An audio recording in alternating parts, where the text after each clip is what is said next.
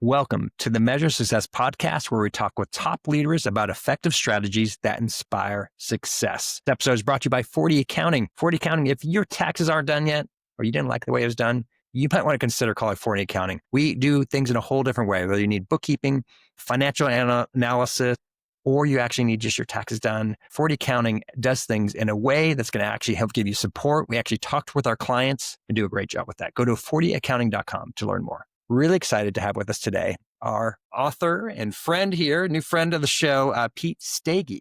And by the way, and then we did correct that ahead of time, Pete Steege, even though it's pronounced it's spelled Steege. In case you're looking up Pete, and you're listening to this online, Pete Steege is a strategist, author, and founder of B2B Clarity. He has over 30 years of experience, engineering, leadership, and marketing he's done over the years. He helps out technical CEOs and founders clarify their messages, align teams, drive purposeful growth. And today's going to talk about his new book, which is getting ready to get released, Radical Clarity. And by the time you listen to this podcast, folks, this will be a bestseller. And I'm excited for you to listen to that. And it's how accidental CEOs uncover meaning, lead with purpose, and accelerate growth. Pete, welcome to the Measure Success podcast. Carl, it's great to be here. Thanks for having me. Absolutely. So it's always interesting. I loved it when you talk, hey, I'm talking about something new now. You have a strong leadership background, strong marketing background. You have a new twist. You're trying to focus now more on this radical clarity concept.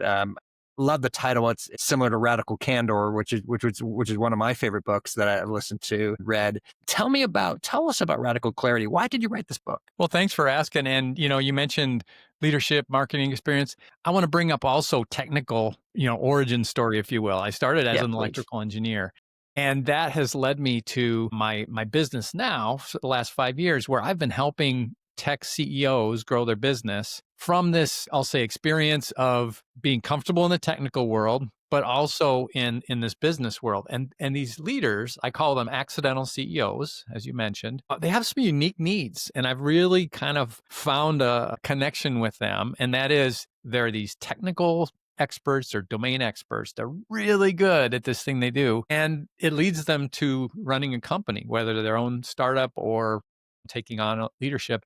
And the challenges they have with that technical background to be this people and business leader are really unique, right? So that's what brought me to the concept of radical clarity. As I work with these technical CEOs, these accidental CEOs, I found it's much more common that the thing that's in their way is not something they're missing to not doing. It's something that they should do less of, right? It's taking away things rather than adding things to the pile. Yeah. It's true about marketing, like messaging and brand, but it's also true about operations and how many plates their business have spinning. It's true about their team and the crazy, always changing topics of priorities in their world, right? It's true for their clients that are too busy to hear them, right? So I see clarity as a really important tool to unlock meaning. And I think perspective I have is that meaning, especially for accidental CEOs, meaning is what's missing in their businesses. They're doing, but there's not that connection to a purpose that their customers can latch onto and be attracted to. Yeah. I think this is a wonderful, you're solving a real problem. Let's just say that. And I know this from personal experience, and I'm not here to degree. Electrical engineering degree is one of the toughest undergraduate degrees, right, you can get out there. And it's of the engineering discipline, it's one of the toughest concentrations, right, within the engineering business school. And people who come out of that, Pete, one of my sons just graduated from the U.S. Naval Academy, and there's a lot of EEs there, right, going into nuclear submarines right next to and brilliant people, right, high achievers. But what is interesting is I have run into what you said here beforehand is they have found themselves in a leadership position because their brilliance has helped them to create a product which is solving real problems. But that doesn't mean, and actually I would even say what you said is so real. I won't mention his name because he's getting ready for a great exit, somebody I know. But he was so brilliant. He's like, and I've even figured out how to do the accounting, right? And he made himself the de facto CFO also. And by the way, he's really good at it. But that wasn't the point. right? You said something really important, that just because you can doesn't mean you should, Yes. right? And so how do you help give these really smart people to get these insights that even though you may be the smartest person in the room, which of course typically they're humble enough to not think that, but it might be true. Like literally their ability to digest information and to process information, they can literally be, how do you help them see that there's a better way? It starts with self-knowledge, self-awareness. Okay, thank you. And the reason I say that is there are people in this situation that aren't ready to change that because it is a natural, it's muscle memory for them, right? It's who it's comfortable to do things and to talk about the capabilities and how it works, right? The ones that I help the most are the ones that come to me because they are so frustrated and they want their company to grow, and they've tried and tried and tried, and they keep running into this brick wall of, we're doing all these things and it's not working, right? If they're there, I can help them. And the reason that's important is because the first thing we do is we say, okay, we're going to set aside all the things right now, and we're going to get really clear on your true story. That's what I call it. And that's, it might be called the brand, some people, or product market fit, or it's all elements of that. But it's, what is the foundational truth that is why you created this business, or why you show up every day, or why your team is always there, right? What is that thing? Have you really clearly stated it? It's amazing, Carl, how many haven't, because they're wrapped up in this cool thing they can make, and to them that's really cool, and That's right. that drives them. Yeah. But an exercise I love to do to help with this self-awareness thing is, it's an easy assignment, and any CEOs listening can do this. Go to 10 team members and ask them a real simple question. What's our purpose? Don't give them any clues. And it's humbling because they're not in your brain and they don't have the same perspective. And so what that means is all these people are out in the business and in the world talking to customers, working on the product, and they're all working for a different purpose, right? And when there's problems in the business, conflicts, they don't get resolved because people are speaking different languages about what's important, right? So that's what it starts with is, yeah, what is our purpose? Why are we here? What is our true story? And the biggest thing I give to them, I help them do, is find that true story and then build on that. Once they know that, and it's three things. It's who we are, why did we create this business? Who exactly can we help? And I don't mean a target market. I mean a bullseye market, right? Who is the people that when they hear a couple words about what you do, they interrupt you and say, "Oh my gosh, where have you been? I've been looking for this," right? Who are those people? And then what is it that they get from you when it goes right? And that's what you get crystal clear with first the CEO and his team, her team. And then you share that, right? And get the team on board with that. But then that also becomes your very simple, intuitive message as you go into the market. And it's not about how your product works, by the way. It's about what you do to help so-and-so with a problem that's really important to them. So that's a long answer, but the key to the solution for them is, if they're open to it, to find this true story and then make that the center of the business, really. Yeah, this is really well said. I mean, you're helping them, you're helping the founder, right? The external CEO in this case, technical CEO, find their purpose, as mentioned, clarity. But it's really at the end of the day, it's their branding, right? Like that's what's interesting about your marketing background. You've been able to apply these marketing concepts like that you've learned over the years, applying it to the concept of branding the CEO and helping him see his identity in a different way. It appears, based on what you're saying here. At least that's what I'm discerning a little bit from it, because I think once again, I'm going through my experiences. Like I was for a decade, I've actually been with multiple engineering companies, worked within as an executive within it. And this is just a fun thing. You'll get a good laugh out of this. Wonderful company, one of the best companies. I'd argue the best company I worked for, Lightspeed Technologies. But for years, the product names was the 750 and the 780, right? Yep. So I'm saying here, Pete, okay, everyone's listening, right? And if you're appreciating this, that's an engineering company. Absolutely. Right. And these were brilliant people that came from Tektronix, and everything was in numbers. And we're selling to K-12 education. Okay. Teachers, we're selling to administrators, everyone's well, some type technicians. But we had the best product in the market, no question about it. But for a while, until we got a marketing expert, right, our whole identity, our brand was technical, right? And then when we figured out how to like convey this message, the pain points of our product, and how not just a number is solving the problem, but how we're actually solving the real problem of the clients, and we're able to see things differently, it just completely changed our trajectory of the company's outcome. That was the irony behind this, right? The product was there, it had figured out. We just hadn't figured out to do our message differently because we didn't have the right way of thinking who we were, right? We were an engineering company, right? And there's this pride that comes with that. Of course, it's the 755. So, how long, when you go through this and you're talking with, because at least in my experience, it was not an overnight process to get to this.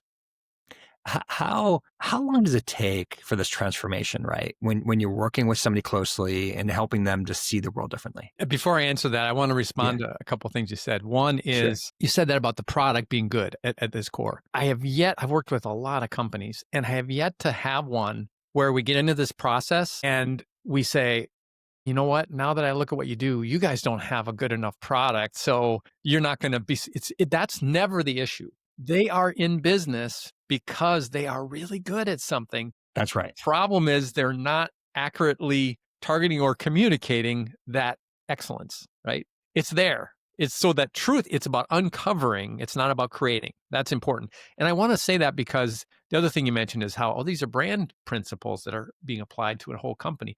That is true. But sometimes when people say, branding the CEO, they picture an artificial manipulative process. Yeah. Like a fake branding. Yes, I get it. The words don't work for engineers. Yeah. Yes. Yeah. Authenticity is at the core of making this work. It has to be.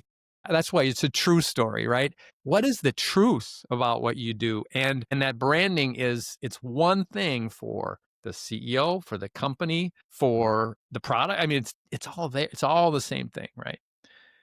So back to your question, how long does this take? Typically, there'll be a 1-month learning. And that's where I apply a framework to help them. It's the clarity part, to help them understand where they're at. And first, what is that true story? What is that truth? But also, what's working and not working in delivering that truth in their business? So I call it a blueprint, right? It helps. Often, that's as big an issue as lack of having the words is they don't know which end is up on what's wrong, right? They just know it's not working. And they're doing so many things. How do they know what's not working? So that's the first thing is, okay, let's get a perspective.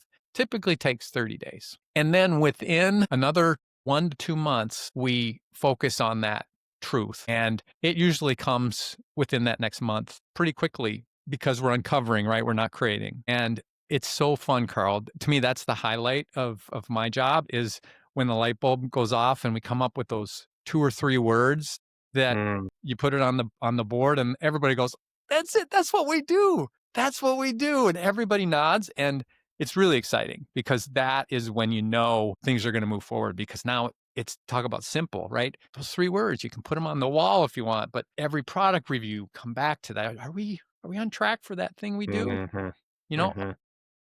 On and on, right? So it usually comes pretty quick. Within 3 months, we get to that. And then it's a matter of sometimes that's all I do with the client, which is great. But sometimes it's, okay, well, how do we take that and deploy it in the business and improve the business and change our prioritization? And how do we scale? There's a lot of scaling issues with tech B2B as well. Of course. Yep. You can apply these same things to that, Carl, once you have that truth and that helps. So sometimes I help with that as well. Yeah. Yeah. That's fun. And it's exciting that you do that next part, right? Because it is fun it is amazing when you get that clarity. It just helps propel. But as you start propelling, you will run into new roadblocks. And if you don't go back to the challenge is not going back to the original concept and then understanding how it's malleable or not, right? Yes. There's parts of it that doesn't change. It evolves for sure, but it rarely goes from red to purple. It's not a disruptive, discrete change. It's an evolution for sure. Just because once again, fun experience. It's been fun. It's been fun reflecting on my past experience with engineering companies, and a good part of my career has been within them. And so it's always been humbling and amazing. I like the products we build, but just also the insights and the information, but also sometimes these surprising roadblocks. And then once again, I'm going to go back to this one company that great core values. Like we had done a lot of really great things to help rally around like core parts of who we are. But there was this one of our core values was integrity, which is not an uncommon thing, right? For people to put integrity in their core values. But we actually written out key behaviors to understand it deeper. And we had a really significant deal, meaning it was for us at that time, a significant, let's say it was $1 million deal in this case, right?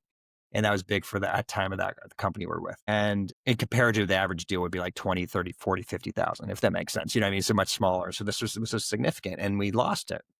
And the reason why we lost is because the competitor discounted their installation under market or at cost to win the deal.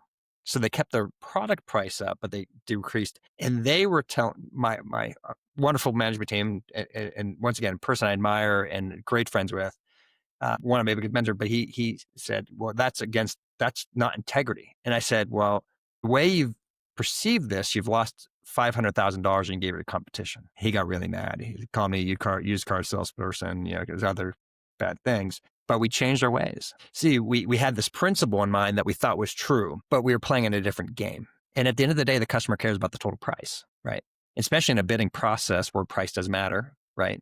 We had to go through that. And so we evolved. Right? We evolved and understood that, yeah, you can have different competitive pricing for different deals. You don't have to keep the same price for different volumes, right? As an example, and different things. But it's really fascinating of how sometimes in your scaling, this core principles, what you have can lose you your way or lose your opportunity to scale because you aren't willing to see things differently. Right. When you run into those things, Yep. these things, right? They're going to happen in the future. And how do you help that? How do you help uncover and scale the next phase, right? As they're growing. Well, this may sound simple, but it's about these really basic things. First of all, we talked about staying true to this truth. And then what the story you just told, what I'm thinking of when you say it is it's not that your core truth was wrong or needed to change. It's that you didn't understand the truth of the customer. That's right. And the customer's truth was price matters. And how you get it, right? It part of the value is how you deliver it. And you have to understand your market, right? So that's part of it.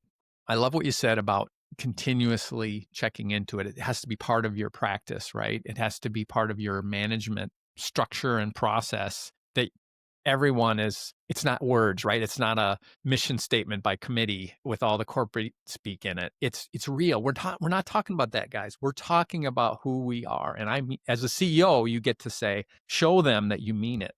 That's where I help the CEO drive that is it's only real if the CEO communicates that it's real. And they do that by not just by what they say, but why they do. More by what they do than by what they say. Yeah, usually is, right? Actions speak louder than words. Especially in the tough times, what's the CEO going to do now? Mm-hmm. And they watch and they see whether it's conscious or not. When it's real, that's the thing they're going to remember and tuck away. So the CEO, they have so much more power than they often know that they have just from the way they act and live their business life and personal life too. I mean, it's both, but that's a part of it. It's helping the CEO be a leader. I think especially accidental CEOs, these technical people, back to the product focus, they want to think that the world, they over-rotate on the world being very logical and following factual results. So if I wrote, but I can see them saying right now, but I wrote that email last month telling them that this is the way we do it. Yeah, you did. But then the next week, your behavior was totally different than that. And they actually listen more to the behavior than what the email said, right? So it's a training thing. It's a learning how to be a leader. Yeah, well said. And I love that example you gave of I sent that email a month ago. Don't you remember? And if that's the common, and once again, not all, right? We don't want to use full stereotypes, right? With these different leaders that we're talking about, but it's not uncommon for communication to be low, right? In terms of strength. And there's this belief of, well, I did it one time. for therefore it's happened. It's like, no, if anything, just like you said, you have to repeat it over and over and over and act on it over and over and over again to truly get people to believe. And then what we found, I'm using the same when we had these key behaviors and when people violated the key behaviors, we had to call them on it. Right. It's a cultural value topic is what it is. Yes. Yes. And that's another reason why it's so important that true story is true, because if you manufacture it as a marketing exercise, it can't stand up to the stress, right? So you can't live, it's so much harder to live by it. And frankly, you don't want to live by it because it's fake. It's not who you are. If you find the truth, and not just find it, you live the truth, you install the truth as a company operating system, then people don't have to wonder what's the right thing to say or what's the right thing to do. Like, oh shoot, what am I supposed to say? What am I supposed to do now? If they truly are drinking the Kool-Aid, it's really what it is. They just respond, right? And it's faster. It's more consistent across the team, across time. It's just so much power in truth. I remember one time with a publicly traded company, and on our desk got put on our core values, and I laughed out loud. Oh, well, that's not a good sign. I was like, we are not that. We are not that. And it was so disappointing, right? Because you can tell it was this Pollyannish. I think somebody once said when creating things like this, there's a difference between aspirational and who you are, right? And so I believed as you document who you are. That's your real core values, right? You could always talk about, hey, we need to get better at this, or we need to do this, or we're aspiring towards this. Clarify the difference, of like, hey, this is who we are. Let's embrace it. But this is where we're trying to go or be. And these are the behaviors that reflect that change. And that's where we're going to start reinforcing behavior towards that. But don't say you're it today until you got there. Yeah. One thing I've found that helps with that is where you don't feel like you're pretending to be something you're not, even if you want to be that. Sure. Is back to the customer focus. If your true story is not about us, but it's about the change we want to make in the world for our prospects or whoever else, that's your aspiration, right? We want to deliver this value in this place. You're not there yet, because you're probably never going to do that perfectly. That gives you the freedom to talk about this aspirational thing while being totally candid and open about where we're falling short about getting to that mission, if you will, of what we want the mark we want to make, right? Versus, I think where it breaks down what you just said is, we are honest and we are this and we are that. We're talking about us. Right. Yep. Rather say, we are going to change the world in this way. Mm-hmm. That's our mission. That's what we want to do. Right. This imperfect gaggle of people is going to do that. What do we need to change to get there? What do we need to work on, right? Yeah. Yeah. That's really good. It's been a fun conversation. So when you're measuring success and working with your clients, how do you do that? Could you say that again? So how do you measure success when working with your clients? Yeah. Yeah. For me, it's one thing, and we've talked about it a lot. Shouldn't be a surprise. That moment, that light bulb moment where they see that truth about their business. I help them see that truth about their business. That's a great way for me to measure my success, because it's not just, I want to make some money, or I want, but I need to get a client and then start working with them. And then that month or two in, when that happens, it's like, yes, that was it. Mm-hmm. And then hopefully can extend and go further, but it won't if I don't help them with that, right? It's that one thing I can deliver that, it drives all my work ahead of time, and it makes possible everything I can do for them. Yeah, it's the proof point, ultimately when you get to that, and then you've created trust, through that, which is great. And then they're willing, they're willing to continue to engage with you if they can see the value behind that. That's really well done. So you, I loved it how we shared, I think pre-thing that the second book was easier and more clear to do, which was really cool. Writing this book, Radical Clarity. I'm kind of curious for you on more of the personal side. How do you, and maybe / business side, how do you create these habits so you can keep on doing your best on a consistent basis?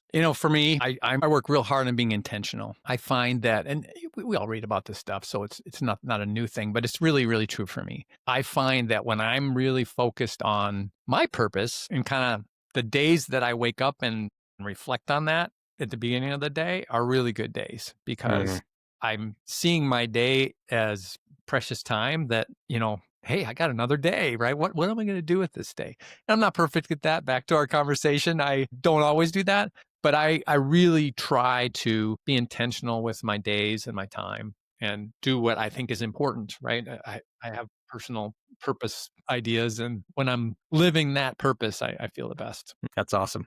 Thank you. No, thanks for sharing that. So I like to ask the follow-up question. So now how do you measure success in your personal life on a consistent basis? I'm a dad. I have 3 kids, and my wife and I are in that empty nest stage now. They're all 3 of them in their early 20s. And my kids are the thing I measure my life on, really, is just seeing them turn into real adults and going out into the world and hopefully doing their thing. These days, that's where I'm feeling the most measure of success personally. For you, that's exciting.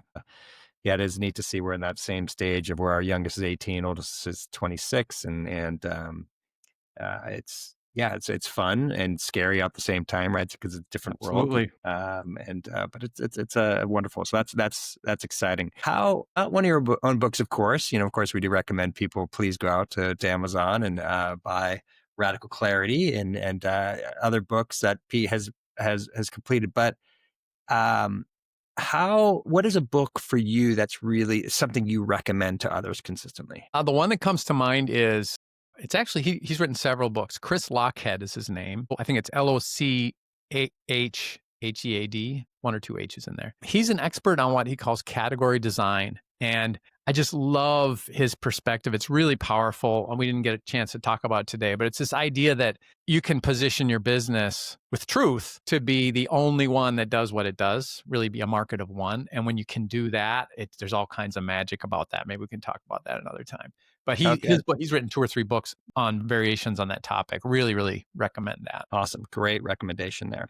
How can people connect and learn more about what you're doing? Carl, I have a landing page set up to give bonus resources to listeners from your podcast. So they can find that on my website at b2b-clarity.com/measure. So if you go to b2b-clarity.com/measure, there'll be things like there's an online accidental CEO assessment. So you can kind of see where you stand on the spectrum, if so to speak, some excerpts and tools from my new book, and some other goodies. Thank you. I love that. Thank you so much for that generous offer, and to help clarify that, we'll make sure we get that put in the notes so people can get to that information. So that's absolutely excellent.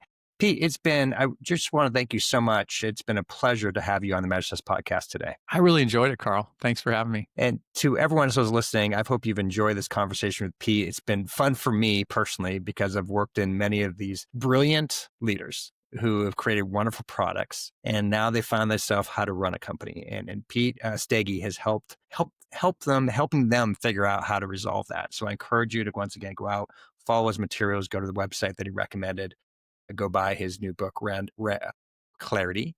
And so please do that as soon as you can. As we always like to say, thank you so much for following. I encourage you to share this podcast with others, share the good news. And we also appreciate whenever you give comments and likes on it as well. Thank you so much. As we always like to say, wishing you the very best in measuring your success. Have a great day.